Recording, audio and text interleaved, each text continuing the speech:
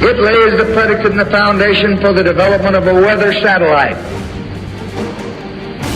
that will permit man to determine the world's cloud layer and ultimately to control the weather, and he who controls the weather will control the world. The powers that shouldn't be are preparing to go underground, and they'll lock the door behind them. From BBC, billionaires are preparing themselves for doomsday. Should we be worried? Question mark. Answer. Justifiably enraged is closer to the mark. From the report, across the world, billionaires are preparing for an uncertain future by investing in secret bunkers, private islands, and survival compounds. Their quiet preparations have sparked curiosity and concern, with many wondering whether these plans are precautionary measures or signs of something the rest of us should be worried about. Stop. Really? Billionaires building bunkers are the only sign we have that collapse is inevitable? How about right now, real-time insect population collapse, crops collapsing, fisheries collapsing, wildlife populations collapsing, ozone layer functional collapse, and on top of it all, weather, chemical, and biological warfare raging in our skies. The planet is trashed, broken, industrialized, militarized, everything, with weather warfare at the top of the list. Moving on, more bunkers. From NewsBreak.com, are tech billionaires really preparing for the end of the world? Question mark. Short answer, again, yes. That's exactly what they're doing. Before covering as many mind-numbingly bad news breaking headlines as I can squeeze into this broadcast, first, some points to ponder. A term that applies to so many puzzle pieces of what we're all about to face head on. The term is pathological. Here's a definition from Britannica.com. Extreme in a way that is not normal or that shows an illness or mental problem. Question, is the power structure pathological in many ways? Is the majority of the population pathological in other ways, starting with denial? In so many ways, oblivious to what's unfolding at blinding speed right now in real time, not just geopolitically, but geoecologically, aka collapse, on all fronts. All is connected, all is inseparable. For all those that still wonder when collapse will land in our laps, take a good look around. It's already well underway. More on the problem of pathological everything in a moment, and more. But first, let's take a deep dive toward the rapidly darkening horizon. From ecobusiness.com, this new headline, Earth's life support is failing. Will we act? Question mark. Global climate engineering operations are pounding the final nails into our collective coffins, further accelerating countless other forms of human damage to the planet and the atmosphere. How many will choose to look up, stand up, and at least try to make a difference for the better in whatever way they can at this late hour? From geographical.com, global wildfires in 2024 destroyed an area larger than India. Ponder that for a moment. According to the report, in some cases, the area burned by these fires was 25 to 35 times larger because of global warming, they say. Not denying planetary meltdown, that's a given, inarguable. But for the record, climate engineering is the core component in this equation. And the current global burn rate is now about the size of India every year. How long does anyone think that can continue? Climate intervention operations, again, core causal factor with the infernos, incinerations. Please search the engineering wildfires section on the homepage of geoengineeringwatch.org. That is not a denial of all the other sources of damage. It's simply to say that climate engineering is core, especially in this equation. Please research for yourself. Next, warning issued to humanity over Elon Musk's billion-dollar company threatening life on Earth. That's from the UK Daily Mail. From this report, a revered astrophysicist has warned that Elon Musk's Starlink satellites which are falling daily, could cause disastrous damage to the Earth's stratosphere. It's an ongoing story again. If the stratosphere is damaged, especially its ozone layer, more harmful UV radiation would reach the Earth's surface, could, may, might, would, already is, leading to increased skin cancer, cataracts, and eye damage in humans. How about leading to an extermination of all terrestrial life? They truly leave out what they don't want you to know, don't they? Article then states, Musk, however, declared that the analysis to be preposterous, quote, unjustified and inaccurate, quote, in a letter to the FAA and Congress. SpaceX's principal engineer at the time, David Goldstein, called the report deeply flawed. Really, just deny it. You deny it enough times, and those that don't want to believe won't. The report then says aluminum, one of the most common metals used to create the satellites, could end up, could, may, might, creating aluminum chloride or hydroxide, which, when reacted with hydrogen chloride, would produce aluminum chloride. Aluminum chloride is easily split apart by light, and therefore the chlorine is freed to destroy the ozone layer.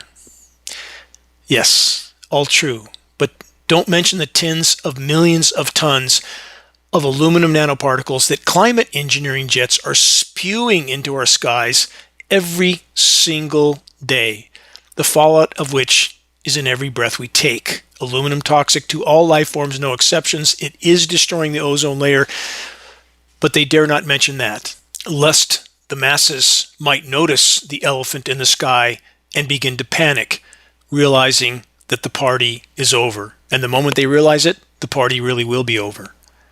But wait, shiny metals will save us all from total collapse, right?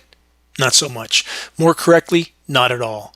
Sooner than almost any dare to imagine, gold and silver coins will be little more than shiny trinkets to trade for a loaf of bread. A headline on this theme: as gold hits new records, some see warning signs of civilizational collapse. That headline is from Newsweek.com. Report says, unlike during a previous bull run in the 1970s when inflation was the main driver, today's surge in gold prices appears rooted in structural dynamics. That's actually a gross understatement, but let's keep going. More from the report. It's rising debt, fiscal strain, and fading trust in policy. It's less about prices and more about confidence in the system. Gold's rise should be seen not just as a financial signal, but as a sign of deep civilizational stressors. They continue. Debt and currency debasement often go hand in hand in the decline of empires. They then say, when systems can no longer adapt to their present circumstances, that's the kind of incompetence that leads to total and complete social upheaval. Let me repeat that last statement from the report. Quote, total and complete societal upheaval. And let's not forget the fact that this will soon take place on a completely contaminated, dying planet. Nowhere to run, nowhere to hide. But we have so much technology. People cling to this mantra. Megacities with skyscrapers that will surely last almost forever. Total delusion. Megacities will very soon be silent, decaying monuments of human arrogance and self-destructive stupidity. But we have endless oil from fracking, right? Surely that will save us from ourselves. That's a definite no. Also, fracking is another stunning example of human self-annihilation stupidity. Not only do fracking wells permanently contaminate groundwater forever with some 500 assorted chemicals, hundreds of which the big oil criminal cabals aren't even required to disclose, fracking everything is the epitome of a boom-bust scenario. Fracking wells can decline as much as 70% in the first year alone, and that's on the most productive wells in the most productive deposits. After the first year, shale production goes off a cliff as contaminated groundwater begins to infiltrate the wells. Here's a few more not-so-fun peak energy facts. In the year 1900, the energy contained in a single barrel of oil could get another 100 barrels of oil out of the ground. Today, the equation is 1 barrel of energy to get less than 4 out of the ground, a 96% decline. How long does any rationally thinking person believe this can go on? How much oil does it take to make the jet fuel needed to fly the geoengineering aircraft all over the world, filling our skies with toxic filth, contaminating virtually everything, every single breath we take, every bite of food, every drink of water. And for those that are still trying to convince themselves that it isn't a problem to incinerate tens of millions of tons of carbon fuel every single day, think again. In the coming weeks and months, much will be revealed as Earth's primary life support systems continue to implode. 1,000 times a day I ponder as I curse under my breath, how can so many be so blind? Collapse looms over our collective heads like a tidal wave that's completely invisible to the vast majority, at least for the moment. This must change, or we have no chance. None. Everything is connected. Geoengineering, biosphere collapse, controller-orchestrated conflict zones, including the chaos and carnage that goes with them. Empires are always in the hunt for the lifeblood of their control. Dwindling energy resources, with Venezuela now in the crosshairs. In a moment, the weather, the engineered kind. This is Dane Wigington. You're listening to the weekly installment of the commercial-free, non-political Global Alert News Report, the end of the world as we know it broadcast. Brought to you by Geoengineeringwatch.org, the largest and most visited website in the world on the subject of global climate engineering operations, aka weather, chemical, and biological warfare. A quick footnote for those that truly want to help sound the alarm. Very effective climate engineering awareness-raising materials are available on the homepage of geoengineeringwatch.org. Full-color printed materials which we pass on for less than our cost of producing and shipping. We have Geoengineering Watch shirts, restock sizes, new colors. All of these can help you strike up a conversation on this issue. That's the key to the door. We must reach a critical mass. That is the only way forward in this fight. Critical mass of awareness. About the weather. Again, the engineered kind. The first week of October for inland Northern California was like mid-summer. Temperatures at triple digits. Near the end of the second week in October, we were in the middle of winter, with a 60-degree drop in daytime high temperatures from 100 to 40 degrees. As soon as the heavily sprayed moisture moved through, back to warmth again, along with nights that generally don't cool off nearly enough. This isn't nature. It's the consequences of a broken planet. It's climate engineering and patented processes of chemical ice nucleation, cloud moisture altering elements. That's what the cool downs are created from. Endothermic reacting elements that chemically cool cloud moisture, creating an unnaturally dense cold layer of air which sinks to the surface, causing temperatures to plummet, short, shallow layer of cold air, while further contaminating everything on the ground in the process. Literally, again, every breath we take. In my off-grid location on the east side of Lake Shasta, we were scheduled to get 4 or 5 days of off and on rain over the last week. We got nothing. Nothing. Chemical ice nucleation operations dry up most, or sometimes all of the moisture before it can precipitate. That's part of what creates the cold, dense layer. The moisture is consumed in that chemical process. The following are some terms now commonly used by the scheduled weather script readers, very ambiguous terms because they truly don't know. They can't know what the weather makers will do or how it will all turn out.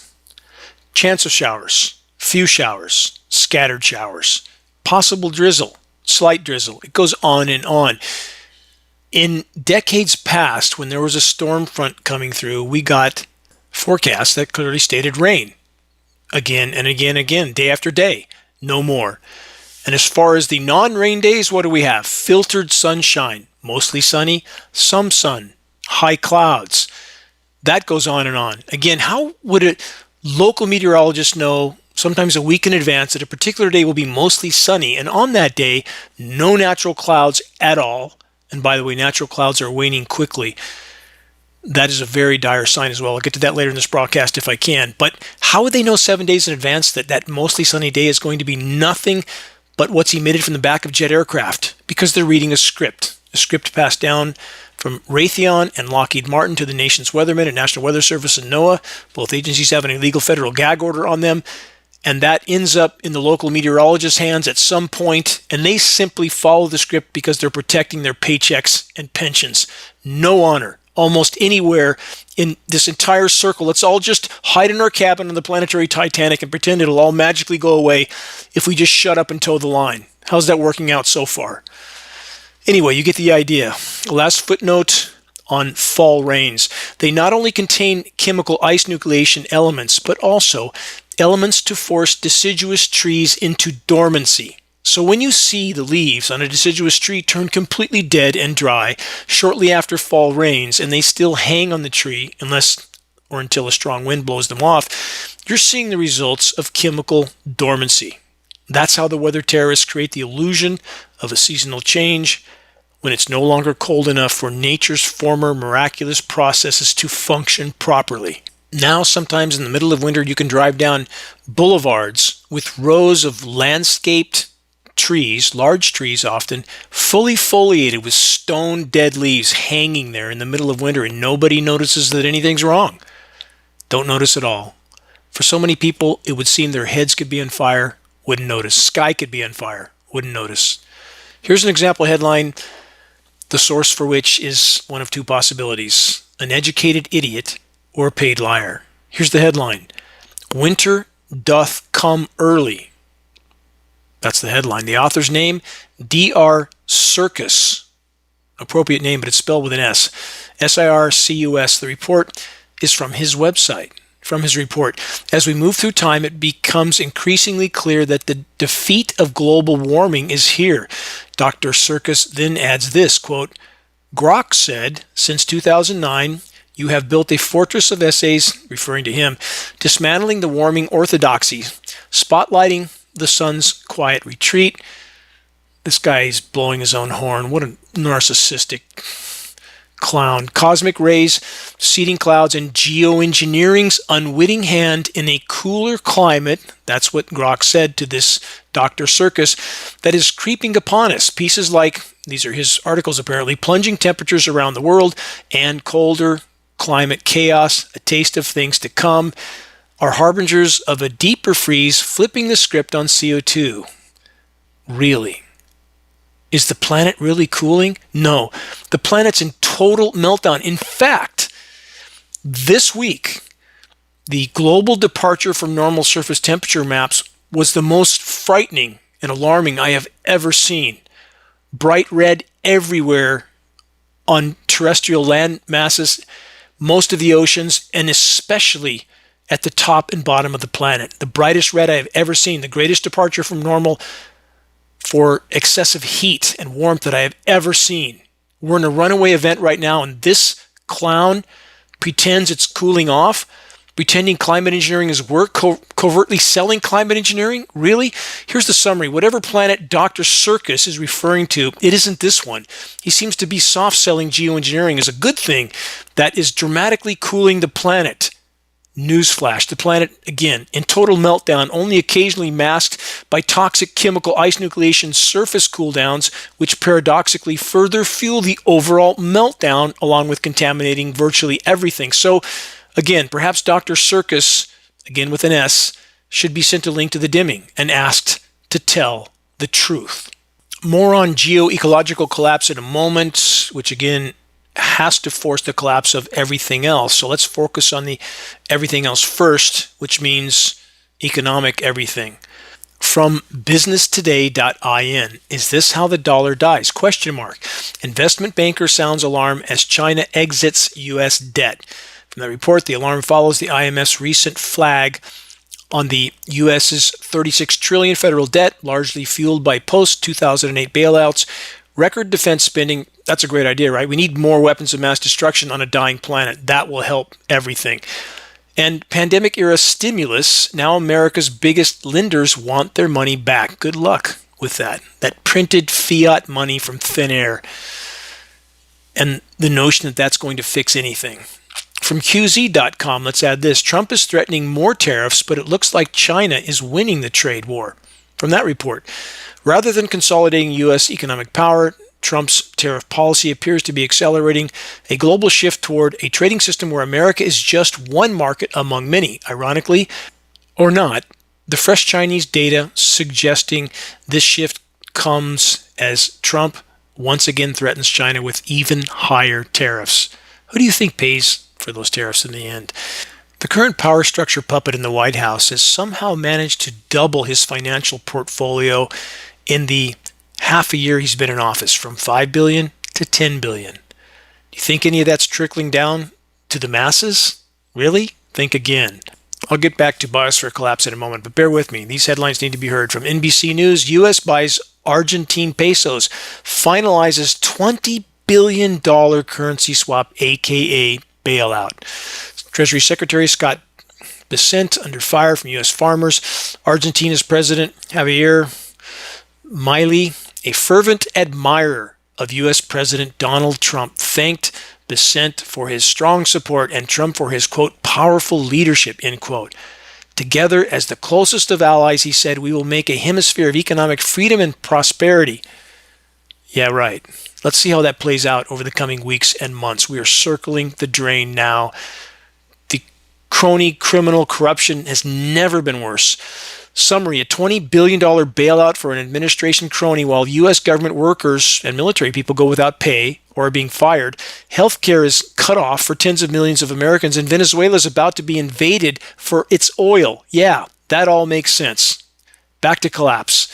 From theatlantic.com, the lesson of 1929 debt is the almost singular through line behind every major financial crisis. Doesn't apply to this one, though. Follow me through with this. From the report, it's a powerfully optimistic force if we envision the future as a land of ever-expanding opportunity and affluence. Why shouldn't we marshal some of those resources for use today? That's the delusion. That's the pathological lie, the delusion that will always expand, everything will always get better. Who could possibly believe that on a finite planet with finite resources? The report says that's what debt does. It draws the wealth of tomorrow into the present until there's nothing left for tomorrow. And that's where we're at. Translation on the macro scale: loot, plunder, pillage, pollute, and poison now, pay later. Later is now. Collapse is here. The financial part is the least of our problems. Still, most don't accept that part. From theeconomist.com, across the rich world, fiscal crises loom. The consequences will be profound. That's an understatement. No, what we collectively face is far more dire than any financial crisis ever could be. We face global ecological collapse, a complete implosion of the planet's primary life support systems, likely followed by nuclear everything, war, and power plant meltdowns. Game over. Let's keep going with every bit of bad news that I can turn up.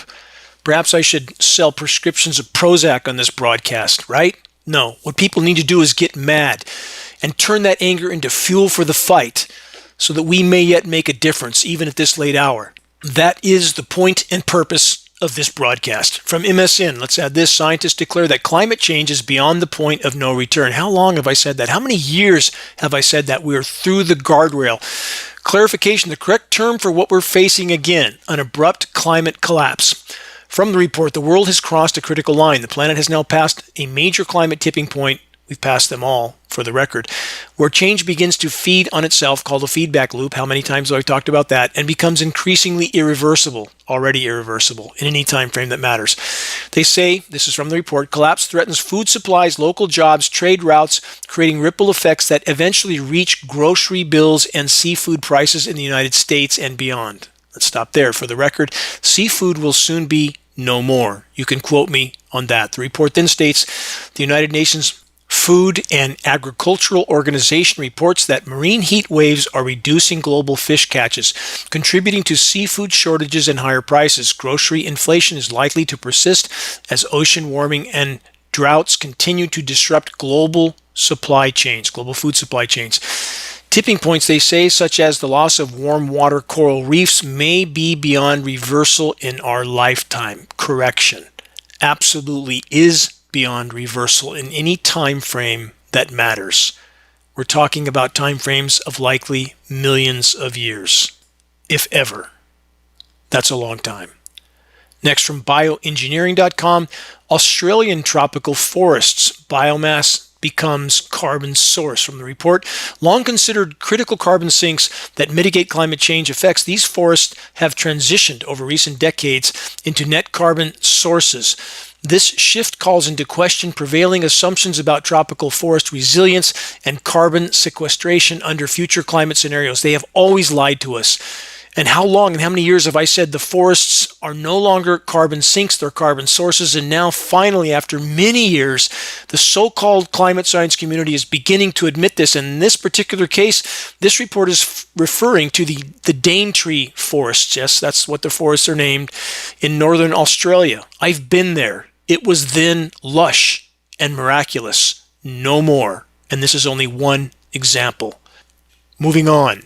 More on the real-time collapse of food, crops, reefs, fish, forests, insects, wildlife, and of course, civilization and us.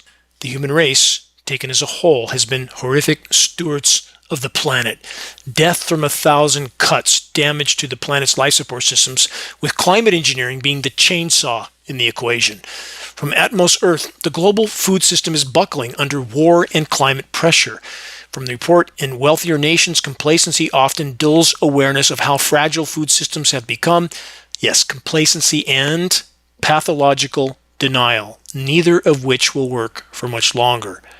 From seafoodsource.com, crucial UK fish stocks face collapse. Just one example. Again, there are many more. On that subject, from newssustainabilitydirectory.com, global fish stocks are worse off than previously estimated. Imagine that. Threatening oceans. There it is again. Way worse than we were told. More from the report. A new global analysis reveals that the state of the world's marine fish stocks are significantly worse than official reports indicated, placing greater stress on the entire marine biome and threatening the food security of human populations. Again, how many times over how many years have I desperately tried to state exactly that point? Every planetary life support puzzle piece is collapsing far faster and far worse than we have yet been officially told. The report then states the core finding is that the complex scientific models used to manage fisheries, the kind that are meant to lie, the models that is, have consistently overestimated the abundance of fish and their ability to recover from depletion. The number of collapsed stocks, those with less than 10% of their original biomass, is likely 85% higher than currently recognized. How many times have I stated that on this broadcast? Pelagic fish populations down 90%. That's exactly what they're now finally admitting after how many years? Verdict from the report, the world's ocean health is significantly worse than we thought, aka the scientists, because the science used to protect it was fundamentally too optimistic, designed to lie, to keep the herd from panicking. The lack of truth in this equation, again, wasn't an accident, part of the plan. As I stated, avoid panic in the herd to the last possible moment, which, of course, gives the controllers more time to try to thin the herd with safe and effective medical procedures. Ponder that one. As complete collapse continues to unfold, many will ask those who tried to warn how they knew, how they were able to see it coming from so far away. Answer for the willingly eyes wide shut vast majority. How is it even possible that you didn't know? How is it even possible that you didn't see it coming when the warning signs were absolutely everywhere? From CNN, the planet has entered a new reality as it hits its first climate tipping point, landmark report finds. Again, a lie. All the planetary boundaries have been breached. They just haven't told us that yet. The report is referring to the loss of, again, coral reefs around the world. For those that don't know, coral habitats formerly supported 40% of all marine life. I have seen incredibly miraculous life on the barrier reef expeditions that I was so fortunate to participate in. I've been face to face with 500-pound Queensland groupers and 6-foot barracuda and 8 to 9 foot reef sharks, teeming with life, and it breaks my heart to know that it's done. Seventh wonder of the world, the Great Barrier Reef, done, gone, in its death throes now, circling the drain now. And how many are going about their business watching political theater and sports games while the planet is virtually imploding around them, and these people claim to care about their children? Really? Is that how we show our children? Sorry, kids, I would have tried to save the earth, but I was way too caught up in the sports game and the political theater. Another headline from this week from phys.org report, we're reaching Earth's climate tipping points and more are on the way. Again, no, we've blown through all of them. The report says from the loss of coral reefs to the shutdown of major ocean currents, again, that is critical. That is the planet's cooling system. To shifts in Earth's climate and ecosystems, we have untold consequences for billions of people across the world. The most severe tipping point mentioned in the report is an ocean current known as the Atlantic Meridional Overturning Circulation. That's the AMOC current. I spoke about this for so long in this broadcast. This regulates the temperature of Europe and North America and stabilizes almost half of the other known tipping points. If climate change causes it to collapse, it's not just climate change. Climate engineering operations are altering upper-level wind currents. That in turn alters ocean currents. That is contributing to this problem, destroying the ozone layer, trapping heat, killing plankton. Climate engineering is the epitome of human insanity, and it is a part of this equation. The report then says if this AMOC current collapses, then the continents would face extreme climate shifts beyond anything societies have ever yet seen, beyond anything they could sustain. And that is the tip of the iceberg, the proverbial iceberg. Total collapses here, about 50 feedback loops in play right now, about 50. Ponder that. Let's add this. This is probably the most serious. The cloud's tipping point refers to a critical threshold where atmospheric CO2 levels, specifically around 1,200 parts per million, and that's CO2 equivalent. It's not just CO2. You have to add methane and nitrous oxide, which are greatly contributing to this equation already. So they say could cause a large scale, no could, may, might. There's no could, may, might here. Would cause a large scale disappearance of stratocumulus clouds. These clouds act as a natural sunshade. When that white, big, puffy cumulus cloud floats between you and the sun, it gets cold instantly. Climate engineering is destroying that process. These clouds, natural clouds, reflect sunlight back into space. Losing them would remove this cooling effect. Of course it would, leading to a significant and rapid rise in global temperatures of up to 8 degrees C. Don't worry about that number because we would be long gone before then. This new state could be, could, may, might, irreversible with the clouds not reforming until CO2 levels drop dramatically below 300 ppm. Yeah, we would be gone for literally tens, if not hundreds of millions of years before that would ever happen again. We are at full throttle towards certain near-term planetary omnicide, and the vast majority are completely and totally oblivious. Right now in Northern California, we see a small fraction of the natural clouds we should see. Skies full of mixed forms of aerosol filth every single day, destroying what's left of the planet's life support systems, and people are going about their life as if nothing is wrong. When I go to a Costco or a Walmart, I feel like I'm in a post-apocalyptic zombie movie with nobody having any clue of how short our time horizon is. No clue. Impact is close, and you can quote me on that. And the power structure is more desperate and dangerous than ever, thus their blatant actions of late will get worse. They will play much bigger cards soon. You can quote me on that. From AP News, the world is heading to add 57 super hot days a year. And then they claim that wouldn't happen till the end of the century. Mind-numbing deception. We are there. We are there at that point now. No one will be here in 2100 on the current course. That's a statistical certainty. Or 2050 or 2040. Perhaps very few in 2030, depending on nuclear everything and how that unfolds. People have no clue how severe and immediate our collective dilemma is. Does that mean we should sit down and do nothing? Because that's what we're trained to do in our society. If you're not guaranteed a happy ending, sit down and do nothing and just pray. And I'm not against prayer at all. But what does Scripture also say?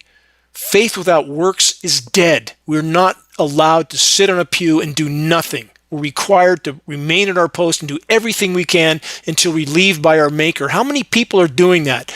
The only everything they can is pursuing all the personal pleasures possible and pretending everything is fine, even though people all over the world are suffering horrifically. And I, for one, no matter how safe my life might feel, not that it does, we're all sinking on the same ship, but even if things seem perfect here, if I know people are suffering around the world, I will not ignore that, ever.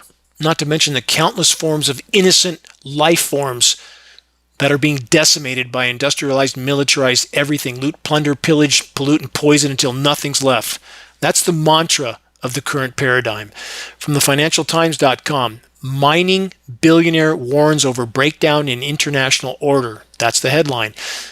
especially U.S.-China trade, frictions and resource nationalism are causing fragmentation in mineral supply chains and increasing volatility across global commodity markets. That is just a small sliver in this equation.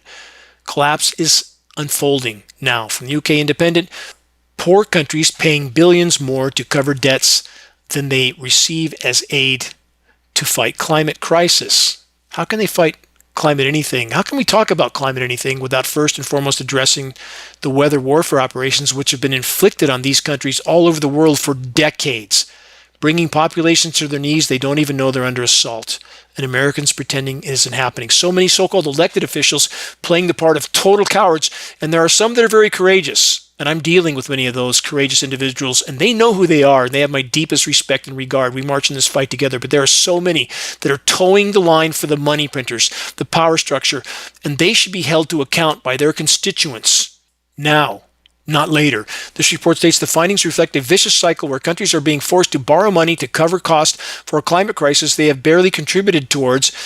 This often comes at the cost of the healthcare or education budget, like here, like in the US, and leads to debts further piling up. For the record, this is just a single example of business as usual for the matrix. Bury a country in debt that, with dictators who use the funds, not the people, then confiscate natural resources as payment for funds the population never got the benefit of. From phys.org, aerosols from pollution are shifting rainfall from land to sea. Imagine that. How many times have we covered that on this broadcast? Potential impacts, the report states. The purpose of solar geoengineering is to cool the Earth by reflecting more sunlight back into space. A completely flawed premise. Science study has now proven that. The attempt to mimic the short-term toxic cooling effect of volcanoes is completely flawed because that short-term cooling effect is followed by a much worsened warming. No acknowledgement of that here.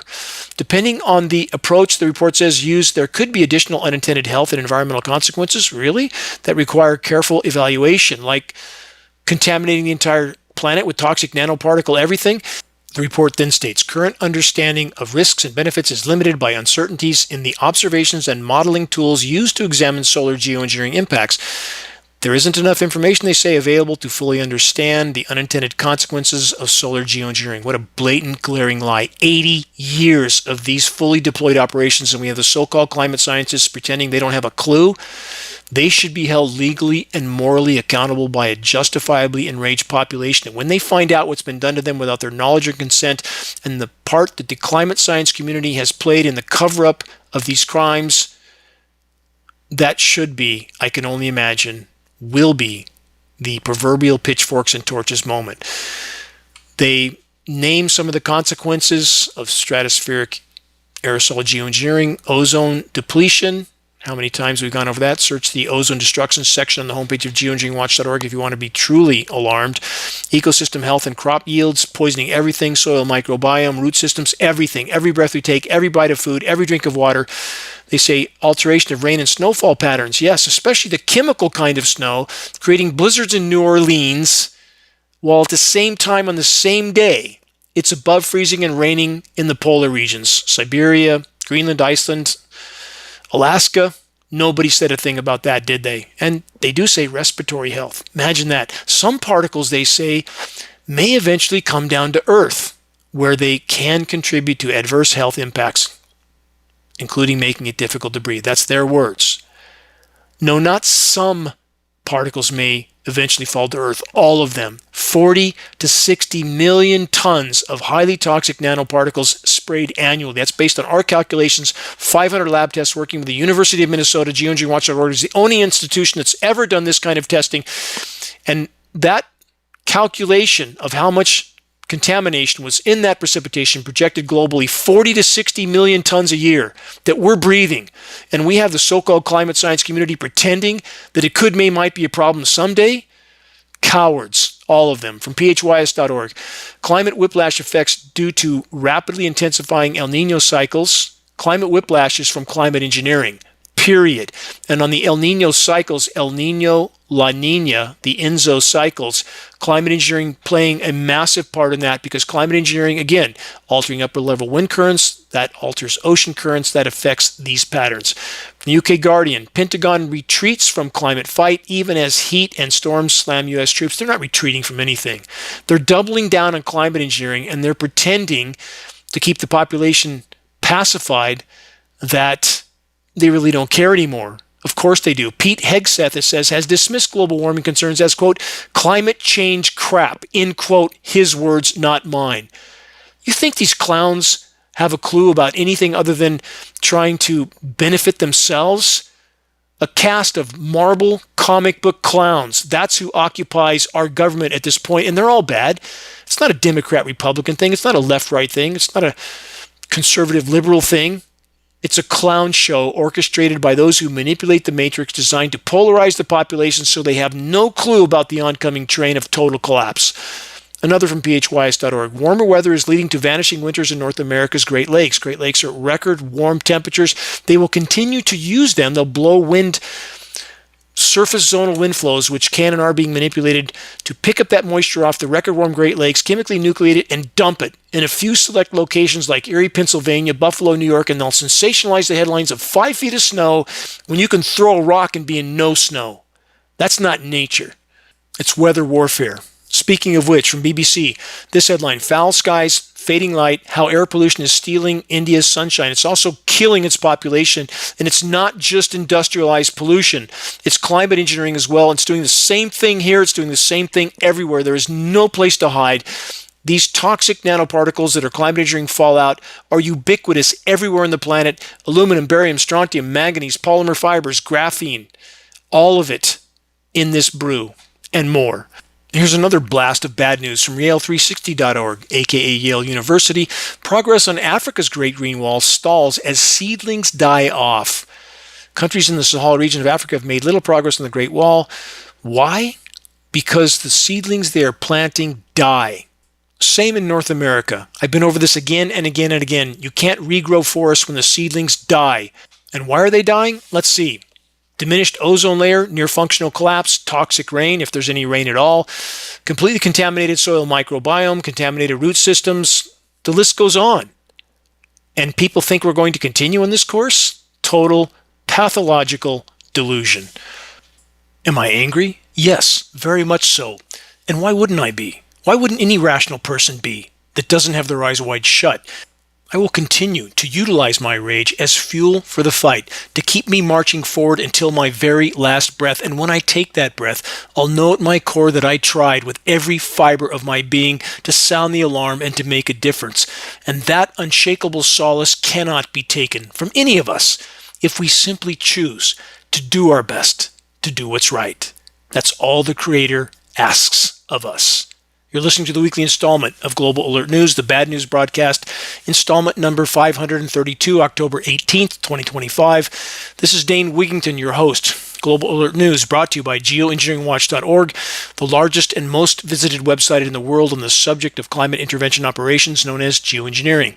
Global Alert News is aired on numerous AM and FM stations around the country. If any radio station near you is willing to air the GAN broadcast in order to inform their listeners of what Matrix Media won't mention, have them contact us at admin@geoengineeringwatch.org. We'll grant them access to our weekly broadcast for free. Recordings of the commercial-free, non-political Global Alert News Hour can be found on the homepage of geoengineeringwatch.org under the recent column and on the Dane Wigington YouTube channel.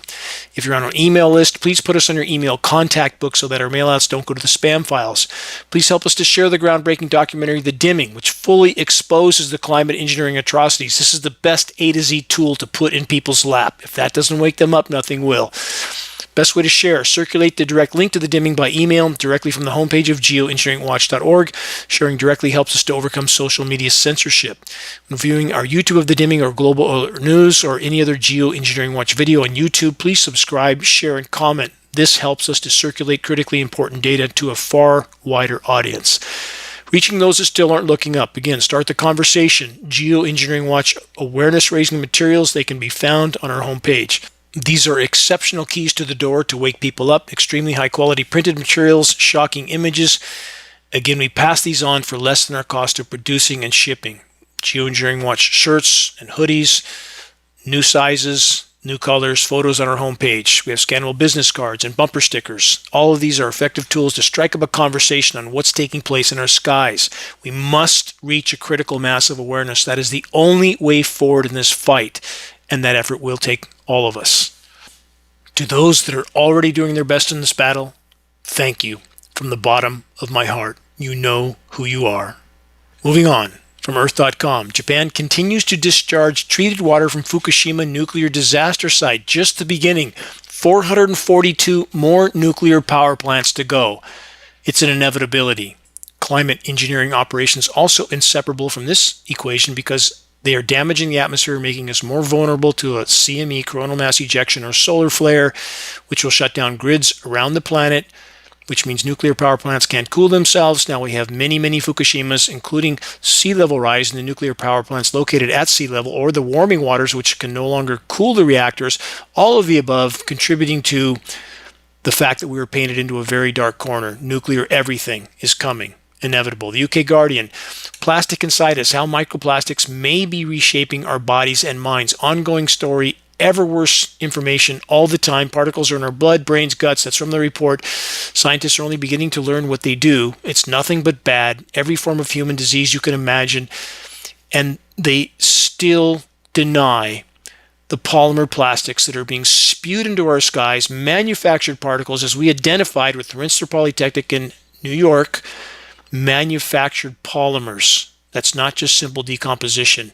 And yet the whole of climate science community and most so-called elected officials continue to contribute to the criminal cover-up of this atrocity in our skies. From vicenews.com, scientists think climate change is causing Alzheimer's-like brain damage in dolphins. Climate change? Now how about what they're breathing in the air? We have peer-reviewed study to prove whales are full of aluminum nanoparticles. Why? Because they're breathing it from the air. Same source, and yet it's denied here. In fact, from Vice News, I did an interview with Vice News, huge channel, 10 million, I believe, with their CEO, Shane Smith.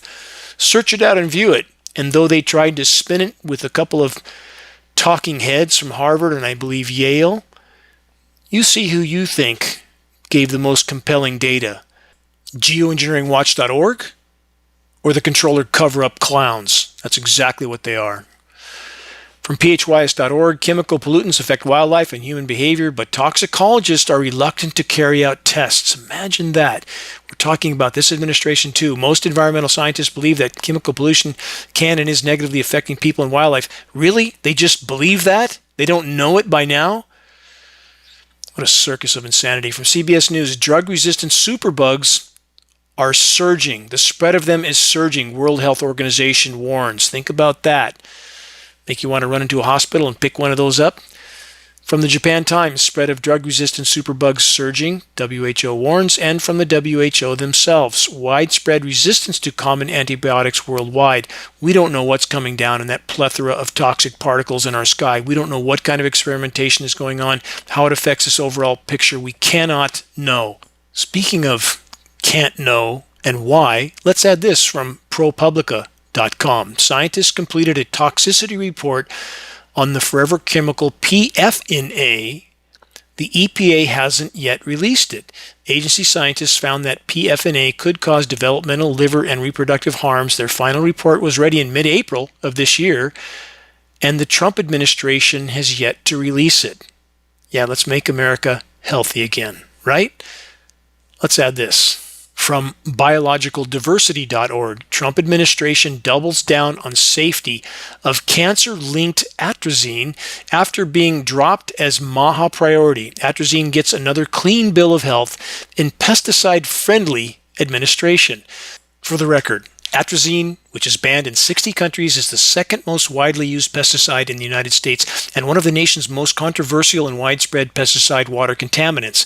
It's a known hormone-disrupting pesticide linked to birth defects, multiple cancers, and fertility problems like low sperm quality and irregular menstrual cycles, making America healthy again. Rubber stamping atrazine. It's all good. Moving on, from the New York Times, coal miners with black lung say they're cast aside to die under Trump. From the report, President Trump has been a cheerleader for coal miners, but these miners say that this administration is failing to enforce limits on a lethal workplace hazard. No surprise, meet the new boss, same as the old boss. From CNBC, Trump threatens China with cooking oil embargo. Yeah, there it is. That'll definitely fix everything. I will say again, elected officials, no matter how high the office of either political stripe, do not control the levers of power. Those who print the money from behind the curtain, that's who controls it. And if you want to know who they are, who are you not allowed to criticize? Ever, for anything. There's your answer. From energyskeptic.com, peak everything, overshoot and collapse. Peak food refers to the point at which the global agricultural system reaches maximum production capacity, after which output begins to decline. That time is now. This decline is caused by a variety of factors, including soil degradation, loss of biodiversity, climate change, and water scarcity. Climate engineering should be at the top of this list, not mentioned, of course. One of the main drivers of peak food is the loss of fertile land, climate engineering, toxic rain, killing soil microbiome all over the world. The report then states the degradation of soil is further compounded by chemical fertilizers and pesticides. Discovered part of that, didn't we? All good to go under MAHA. Again, for the record, MAHA everything means exactly nothing unless or until the toxic weather warfare assault in our skies is fully exposed and halted. That's the bottom line. Global weather warfare operations, and that's what they are disrupting all weather and contaminating virtually everything. Here's a quote from Thomas Jefferson. Many are familiar with. A country cannot be both ignorant and free. Very true. Perhaps our updated version could be, a country cannot be both ignorant and alive for much longer. About the manipulators of the matrix, aka those who control currency, the money printers, who also control militaries, the majority of media, and the majority of so-called elected officials, regardless of their political stripe. All part of the polarize, divide, and conquer theater of deception and distraction. Again, the term pathological is imperative to ponder. Definition: extreme in a way that is not normal or that shows an illness or mental problem. The controllers and those who do their bidding are pathological power addicts, pathological liars, pathological criminals. Laws don't apply to them. Pathological capitalists. Yes, loot, plunder, pillage, pollute, and poison the planet and its people. All okay, so long as doing so provides short-term profits. Pathological narcissists. So many in this category from all sides of the scripted political divide, but who clearly leads the pack on this point? The orange-faced, fake tan, Marvel comic book character at the top, still just a puppet at the end of the money printer strings, those that we are not allowed to even mention, let alone discuss. And all the presidents before this, going all the way back to JFK, all puppets on the end of the same power structure strings. Those that control the money control it all for the moment.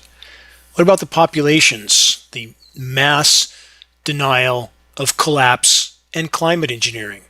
Pathological denial is a defense mechanism where a person refuses to acknowledge a threatening or uncomfortable reality, rewriting it to avoid psychological pain, at least until the moment of impact. Unlike typical denial, pathological denial is an ongoing distortion of reality that can lead to isolation. Definition: distorted reality. A person actively rewrites or disregards facts and uncomfortable truth. Refusal to acknowledge problems. Individuals deny the existence of a serious problem or threat, even if it's raging in the skies above their head. Alters reality for others. The denial can force those around the individual to live with the lie, leading to frustration and making others feel like they are going crazy. Don't ever let the denialists make you feel like this. It is them and not you. How does pathological denial differ from normal denial? Normal denial is a short-term unconscious defense mechanism that protects a person from immediate overwhelming pain, similar to shock. Pathological denial is a prolonged and much more extreme distortion of reality that becomes a choice to engage in a false narrative. Almost out of time for this on-air broadcast. And there are literally dozens of biosphere collapse headlines that I don't have time to cover. But in summary, the primary life support systems of the planet are unraveling by the day. The atrocities in our skies are greatly accelerating this process. The public's propensity toward pathological denial must be shattered, or all is lost. The words of Henry David Thoreau are always a distant echo in my mind. From so long ago, Thoreau said this: "The mass of men lead lives of quiet desperation. What is called resignation is confirmed desperation." It would be understandable, reasonable, even rational to feel completely beat down in this battle, a constant swimming against the rapidly rising sea of insanity. For 27 long and arduous years, I've been marching forward in this fight, nonstop. But Thoreau also stated the following, which I will always and forever keep in the forefront of my consciousness. Quote, "If one advances confidently in the direction of his dreams and endeavors to live the life which he has imagined, he will meet with a success unexpected in common hours." My dream, my every waking thought, and life's mission is to see our miraculous Mother Earth finally and forever freed from the greatest and most destructive human activity of all so far. And that's saying a lot. Global climate engineering operations, aka weather, chemical, and biological warfare being waged against the entire web of life. A final nugget on this theme, lyrics from a 1987 song that struck a very deep chord in me the first time I heard it so many years ago, from the band Jefferson Starship. Quote, "The odds are against us, but we still stand a chance. There's no giving up, there's no giving in. It's not over till it's over. Make your voice heard while you still can. While it can yet make a difference, check the activist suggestions link on the homepage of geoengineeringwatch.org for specific instructions on how you can help move the fight forward against the climate engineering onslaught. Every single day counts. Until next week, this is Dane Wigington from geoengineeringwatch.org.